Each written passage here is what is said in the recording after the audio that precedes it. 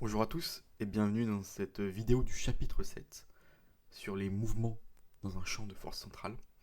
Alors dans cette vidéo d'exercice, nous allons nous intéresser à la déviation d'une comète par une planète plus lourde. Donc imaginons une comète qui arrive en fait sur la Terre, à une comète de masse m qui arrive à une vitesse v0. Et en fait, si on trace qui va situer donc au point le plus proche à une distance qu'on note b, qui est ici. Donc la première en fait chose qu'on veut faire, c'est déterminer la distance minimale des terres météorites. Donc en fait, qu'est-ce que ça correspond? Donc on a à l'infini notre comète qui a une distance v0. Et en fait, donc en arrivant, en se rapprochant en fait de la Terre, la Terre va venir faire courber la trajectoire de la comète. Et on va avoir un petit dé qui est juste là. Et c'est ce petit dé qu'on veut calculer pour à terme savoir si oui ou non il y a un risque que la comète rentre en contact avec la Terre. Très bien. Donc la première chose à faire, c'est toujours dans ces cas-là de calculer un premier moment cinétique, comme on sait que le théorème du moment cinétique dans les cas à force centrale nous montre que le moment cinétique se conserve. Donc écrivons plusieurs moments cinétiques à plusieurs étapes de la trajectoire. Donc en se plaçant à un temps quelconque, donc on a L0, OM vectoriel MV, c'est donc égal à moins R carré θ selon UZ, avec R, un R quelconque, hein, par exemple ici. Au départ, c'est-à-dire à l'infini en fait, on a L0 qui est égal à OM0, scalaire MV0. Je pourrais noter aussi V infini, hein, c'est-à-dire au tout départ de notre trajectoire.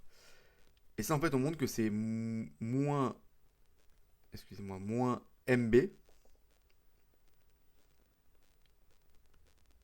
V0 selon UZ. Donc je vous laisserai faire les calculs du produit vectoriel pour vous entraîner. Et en fait, comment on obtient ce B qui semble apparaître un peu nulle part? On se rend compte donc que en fait, le L0 c'est moins MV0 OM sin alpha. Et en fait, sin alpha, qui est juste là, hop, je le mets en VIR, ce sin alpha là, en fait, c'est égal à moins MV0 OM B sur OM. Et donc les OM se simplifient et on peut écrire moins MV0 B. Donc là j'ai fait le moment scalaire.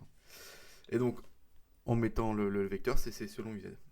Donc on a, comme on a l'égalité en fait des moments, des moments, des moments cinétiques, on peut écrire que moins mr carré θ, c'est égal à moins mbv0. Hop, on peut supprimer les m, les moins. Ce qui signifie que r carré θ est égal à bv0. De plus, si on se met au point S, hein, le point S qui est ici, on considère que c'est le point en fait le plus proche de notre planète. Donc au point S,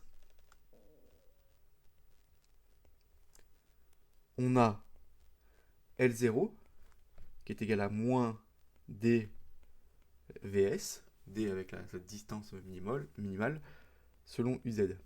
Ce qui signifie donc que dvs est égal à bv0. Ça, cette petite équation, on va la noter.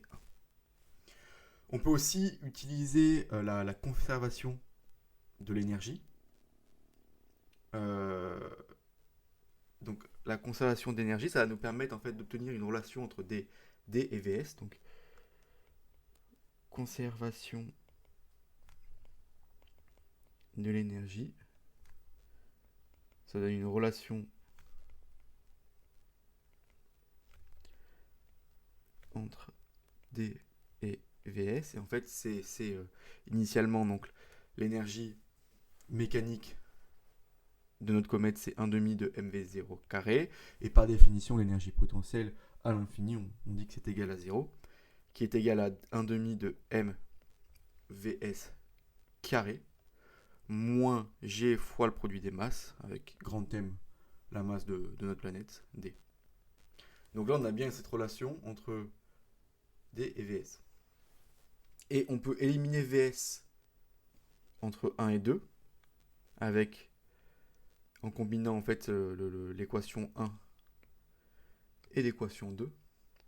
Et en fait, on se rend compte qu'on a un polynôme du second degré, d carré g grand M v0 carré d moins b carré est égal à 0. Et donc, si on résout ce polynôme, hein, c'est un polynôme du second degré, un discriminant, etc., et on prend en compte que le d qui nous donne une valeur positive, on a donc la racine qui nous donne la valeur positive, on aura d est égal à moins gm sur v0 carré plus racine carrée de gm sur v0 carré au carré plus b carré. Très bien. Donc là, on a bien exprimé la distance minimale Terre météorite et on se rend compte qu'elle est valeur du b. Et en effet, si b est égal à 0, ça veut dire que en fait, notre météorite elle fonce droit sur la Terre. Si b est égal à 0, en fait, la distance minimale d'approche, on se rend compte que là, c'est égal à 0. Très bien.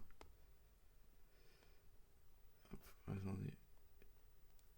Hop, donc ça, c'est ce qui va venir juste après. Donc la seconde question qui nous est demandée, c'est déterminer cette valeur minimale B min. Hein, on le voit, hein, si B est égal à 0, on aura... Là, ça revient à ce que la comète fonce droit sur la Terre. Si B est un peu plus grand que 0, on se rend compte que potentiellement la comète va pouvoir rentrer dans la Terre. Et donc on veut trouver la valeur minimale qui nous permet, la valeur minimale B min, hein, pour que la comète ne rencontre pas la Terre. Et donc en fait, on a cette condition qui est validée tant que D, donc notre distance minimale, est supérieure à RT, avec RT, le rayon de la Terre. Donc, c'est le cas si B, il va être supérieur à une valeur B min. Donc, on peut écrire que D min, ça va être égal à RT. Donc, c'est moins GM V0 carré plus racine carrée donc de GM sur V0 carré, le tout au carré, plus B min au carré. Donc ce qu'on fait maintenant, c'est qu'on fait passer le moins GM sur V0 carré de l'autre côté et on met tout à la racine, tout au carré. Et donc on a RT plus GM sur V0 carré qui est égal à GM V0 carré au carré plus B carré. Donc, ça signifie qu'on a RT plus GM sur V0 carré au carré moins GM V0 carré au carré qui est égal à B carré. Et là, en fait, on se rend compte que c'est de la forme... on a quelque chose qui est de la forme A carré moins B carré.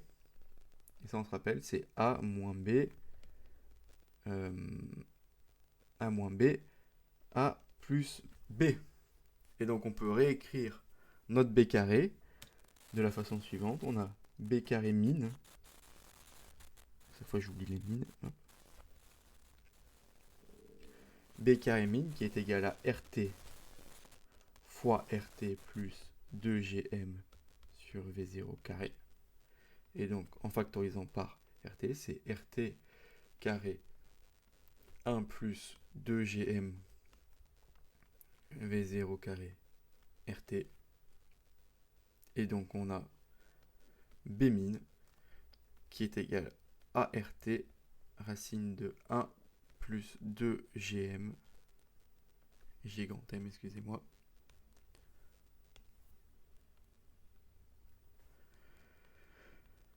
V0 carré RT.